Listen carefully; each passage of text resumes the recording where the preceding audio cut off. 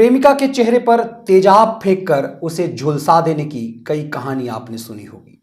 Television चैनलों पे ऐसी कई कहानी न्यूज के रूप में महीनों छाई रही। लेकिन तेजाब से इतना नहलाया जाए कि गलकर शख्स की मौत हो जाए, ऐसी कहानी टेलीविजन चैनलों पर ऐसी स्टोरी कभी सुनी क्या? जी हाँ, बिहार के सिवान में शहाबुद्दीन का सजा देने की यही आदत थी, यही खौफ था। और जब कभी भी बिहार में लालू के जंगल राज की चर्चा होती है तो उसका असली खलनायक शहाबुद्दीन की कुकृति ही रहे। शहाबुद्दीन जब किसी को पर बहुत गुस्सा होता था, उसे सजा देना चाहता था, उसे हफ्ता देने में यदि किसी ने इस तरह का रुआब दिखाया तो शहाबुद्दीन उसे तेजाब से नहला देता था, बॉडी तक नहीं मिलती थी। ऐसी कई कहानी हुई होगी, लेकिन इसका पता चल ही नहीं पाया। एक शख्स बिहार में चंद्रकेश्वर प्रसाद थे। चंद्रकेश्वर प्रसाद को चंदा बाबू के नाम से जाना जाता है। आपको पता है, चंदा बाबू के 4 बेटे थे और जिसमें से 3 शहाबुद्दीन के शिकार हुए। एक भगवान ने ही उसे दिव्यांग बनाया।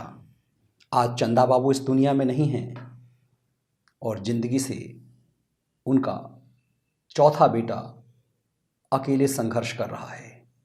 लेकिन बिहार में जो सुशासन बाबू रहे, न कभी उनने उसकी सुध ली और न ही भारत सरकार की तरफ से, न बिहार की मीडिया ने ही। ये दिलचस्प कहानी सिवान की है। दिलचस्प नहीं, इसे खौफनाक, रूह कपा देने वाली कहानी कहिए। दरअसल चंदा बाबू की सिवान में दुकानें थी, 7 दुकानें थी। इसमें आप राशन की दुकानें कह सकते हैं। बिहार में जब उस समय डालडा चारों तरफ कहीं मिल नहीं रहा था, चंदा बाबू नेपाल से डालडा मंगवाया करते थे। आमदनी खूब हो रही थी। शहाबुद्दीन की नज़र ऐसे ही ऐसे बिजनेसमैन पर हुआ करती थी। चंदा बाबू उस समय में अपने बेटों को के हाथ अपना बिजनेस सुरक्षित रख करके पटना आ गए हुए थे। उनके 3 बेटे राजीव राज, गिरिराज और सतीश राज, ये तीनों 7 दुकान चला, कुछ दुकान किराए पे थे। शहाबुद्दीन को लगता था कि चंदा बाबू के बेटों की कमाई ठीक ठाक हो रही है और उसने हफ्ता वसूली के लिए उनके पास फ़ोन किया। ये वो दौर था जो बिहार में 2005 से पहले का जंगल राज था। जिस किसी को 2005 के पहले के बिहार के बारे में पता हो, उन्हें इस बात की जानकारी हो कि कैसे उस दौर में हफ्ता वसूली होती थी। शहाबुद्दीन जैसे माफियाओं के फ़ोन आते थे और आपकी पतलून ढीली हो जाती थी। ऐसा ही एक फ़ोन चंदा बाबू के पास आया, 2 लाख रुपए फिरौती का, और कहा गया कि हम तुम्हारे दुकान पर पहुंच रहे हैं, बेटों से कह दो कि 2 लाख दे दे। चंदा बाबू का बेटा सतीश जवान था, 23 साल उम्र थी। मुन्ना मियाँ अपने 8-10 गुर्गों के साथ उसके दुकान पर पहुंचा। उस समय डालडा का ट्रक दुकान के सामने लगा हुआ था। उससे 2 लाख फिरौती मांगी गई। वो जानता था शहाबुद्दीन के लोग हैं। उसने कहा 20 से 30 हजार रुपये हम दे सकते हैं। झड़प तेज हुई, मारपीट शुरू हुई। इस बीच सतीश को बचाने के लिए गिरिराज भी आ गया, दूसरा भाई। इन दोनों को 7 गुंडे, शहाबुद्दीन के 7 गुंडे लगातार पिटाई कर रहे थे। भाइयों को पिटते देख तीसरा राजीव राज भी दुकान पर पहुंचा, लेकिन उसने ये सोचा कि बाथरूम में जो तेजाब रखा हुआ है, टॉयलेट क्लीनर तेजाब, वो एक मग से लेकर आया और बदमाशों पर फेंक दिया। उसे लगा कि भाई को बचाने का शायद यही एकमात्र तरीका है। उसे नहीं पता था कि उसकी ये गलती शहाबुद्दीन किस तरह से सजा देंगे। फिर क्या था, गुंडे एक झुलस गए और बाकी सातों भाग गए। शाम होते ही शहाबुद्दीन के 15-20 गुर्गे दुकान पर पहुंचे और गिरिराज, सतीश राज और राजीव तीनों को वो दुकान से उठा कर ले गए। और उसके बाद जो हुआ वो बयान अदालत में राजीव राज ने ही रखा। अदालत का एकमात्र गवाह राजीव राज था।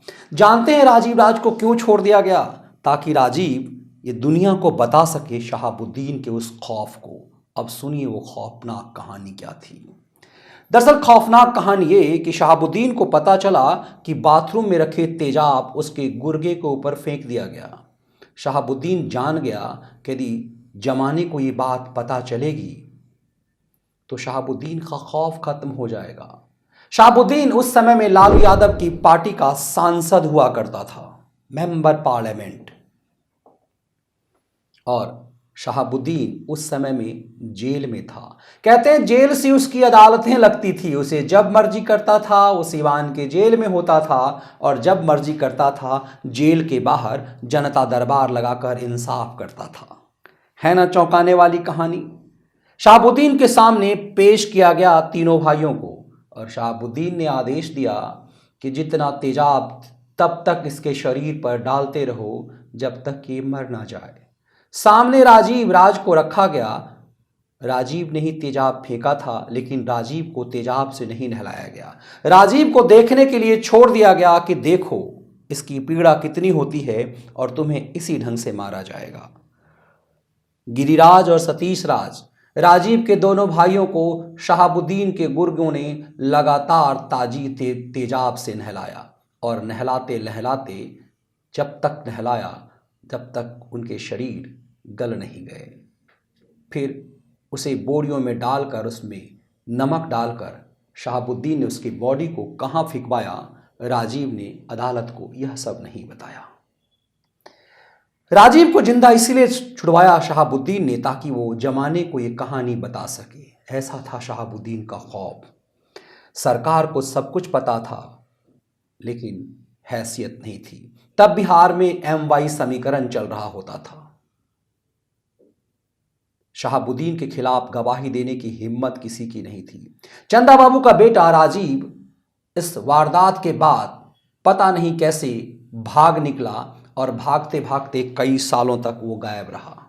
फिर वो गाजीपुर में, जब उसने चंदा बाबू को गाजीपुर से फ़ोन कर बताया कुछ सालों बाद, तो पता चला वो जिंदा है। चंदा बाबू ने तय किया कि वो शहाबुद्दीन से लड़ेंगे। ये शिकायत तब के सीवान के SP के पास गई। कहते हैं कि सीवान में जो कोई भी SP होता था उसे शहाबुद्दीन का घरेलू नौकर माना जाता था और जब कभी भी कोई शिकायत ऐसी आती थी तो उसे कह दिया जाता था कि चुपचाप रहो। शहाबुद्दीन ने भी के इशारे पर तत्कालीन SP ने चंदा बाबू से भी कह दिया कि आप सीवान को भूल जाइए। अब चंदा बाबू के पास एक बेटा और था जो विकलांग था, माँ बाप के पास रहता था। कहानी इतने पर नहीं थी। तब ये लगा कि अब बिहार में राज लालू प्रसाद यादव का है, लेकिन 2005 के चुनाव में बिहार में सत्ता चली गई लालू यादव की।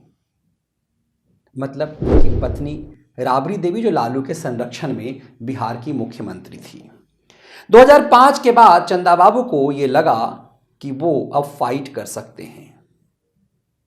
ऐसे में चंदा बाबू ने ये केस अदालत में डाला, फरियाद हुई और सालों बाद 2014 में राजीव की गवाही का मामला आया। 19 जून 2014 को राजीव की गवाही अदालत में होनी थी, लेकिन फिल्मी स्टाइल में 14 जून 2014 को ट्रक से कुचलकर उसकी भी हत्या कर दी गई।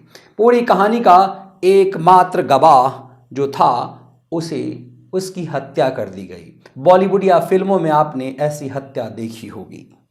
अब मामला दिलचस्प मोड़ पर था। ये कहानी नेशनल मीडिया में कभी नहीं आई। कमाल की बात है ना, छोटी छोटी क्राइम की स्टोरी पर दिन रात भोंपू बजाने वाले टेलीविजन चैनलों के लिए चंदा बाबू के दर्द की कहानी कभी कहानी ही नहीं रही। राजीव के मौत के बाद शहाबुद्दीन के अत्याचार के खिलाफ एकमात्र गवाह भी अब इस दुनिया में नहीं रहा। शहाबुद्दीन यह सोचने लगा कि अब उसके मौज के दिन हैं, क्योंकि अब तेजाब से नहलाकर हत्या कर देने के उसके खौफनाक स्टाइल की कहानी सुनाने वाला कोई दुनिया में बचा ही नहीं है। दरअसल शहाबुद्दीन अपने खिलाफ विद्रोह करने वालों को इसी तरीके की सजा देता था। शहाबुद्दीन को यह भी लगने लगा कि अब तो बिहार में फिर से उनके आका लालू यादव की सरकार आ गई है। जी हां, 2016 में नीतीश कुमार ने लालू प्रसाद यादव के साथ गठबंधन कर लिया हुआ था और लालू की सरकार बिहार में फिर से बनते ही शहाबुद्दीन जमानत पर छूट गया। ऐसे भी शहाबुद्दीन कहने को जेल में होता था। 2016 में जब उसे पूर्णिया से जमानत मिली तो 51 कार के काफिले के साथ वो तमाम टोल को तोड़ते हुए पटना की ओर निकला। तब तक मेन स्ट्रीम मीडिया में 24 घंटे के चैनल के भोंपू तेज बजने शुरू हो चुके हुए थे। शहाबुद्दीन की एक कहानी नेशनल मीडिया में छा गई कि जमानत मिलने के बाद शहाबुद्दीन को जेल के अंदर से कार के काफिले से निकाला गया। उस शहाबुद्दीन पर अब गवाह की हत्या का मुकदमा भी था। लेकिन शहाबुद्दीन के खिलाफ लड़ता कौन? बिहार में जिस जंगल राज के खात्मे के नाम पर सुशासन बाबू की सत्ता आई थी, उसका इकबाल खत्म हो चुका हुआ था। लेकिन जेल से निकलते शहाबुद्दीन ने एक बात कह दी जो नीतीश को बहुत चोट लग गई। उसने कहा कि नीतीश परिस्थितियों के मुख्यमंत्री हैं। वहीं से शहाबुद्दीन और नीतीश में टकराहट शुरू हो गई। फिर क्या था, नीतीश कुमार बिहार के मुख्यमंत्री तो थे, लेकिन शहाबुद्दीन उन्हें मुख्यमंत्री नहीं मानते थे। शहाबुद्दीन का गुंडा राज फिर शुरू हो गया बिहार में। लेकिन इस मामले में प्रशांत भूषण नामक एक वकील की तारीफ आपको करनी होगी। प्रशांत भूषण ने सुप्रीम कोर्ट में एक याचिका दाखिल की कि ऐसे शहाबुद्दीन की जमानत रद्द होनी चाहिए और एक तेज तर्रार बहस सुप्रीम कोर्ट में हुई। फिर बिहार में खौफ के राज का सरगना, लालू के जंगल राज का सिरमौर शहाबुद्दीन गिरफ्तार कर जेल भेजा गया और फिर वो तब तक जेल में रहा जब तक कोरोना से उसकी मौत नहीं हुई। शहाबुद्दीन के पाप की सजा तो उसे मिल गई, लेकिन शहाबुद्दीन जिसके संरक्षण में था, जिसके संरक्षण में बिहार को जंगल राज के साये में रखा, उस लालू यादव भी सजायाफ्ता अपराधी हैं। लेकिन सफ़ेद पोश होने के कारण, सत्ता की ताकत होने के कारण लालू प्रसाद यादव अभी खुला घूम रहे हैं। तो ये थी बिहार में लालू के दौर के जंगल राज की असली कहानी। लालू के जंगल राज की जब भी कहानी आती है, लालू तिलमिला जाते हैं इसे सुनकर। लेकिन जो शहाबुद्दीन उनके संरक्षण में पलता था, उसकी कहानी बताती है कि बिहार में जब लालू के संरक्षण में शहाबुद्दीनों को पाला जाता था तो कैसा जंगल राज का दौर था। लालू यादव के संरक्षण में शहाबुद्दीनों के सहारे ऐसा था बिहार का जंगल राज, जिसके खिलाफ विद्रोह कर नीतीश कुमार सुशासन बाबू बने थे। अब वही नीतीश कुमार फिर लालू यादव के संरक्षण में हैं।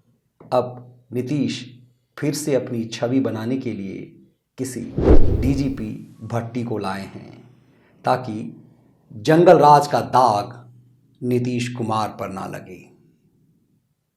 ये वीडियो विश्लेषण आपको कैसा लगा? इसके कंटेंट यदि आपको पसंद आए तो वीडियो को लाइक और शेयर जरूर कीजिए।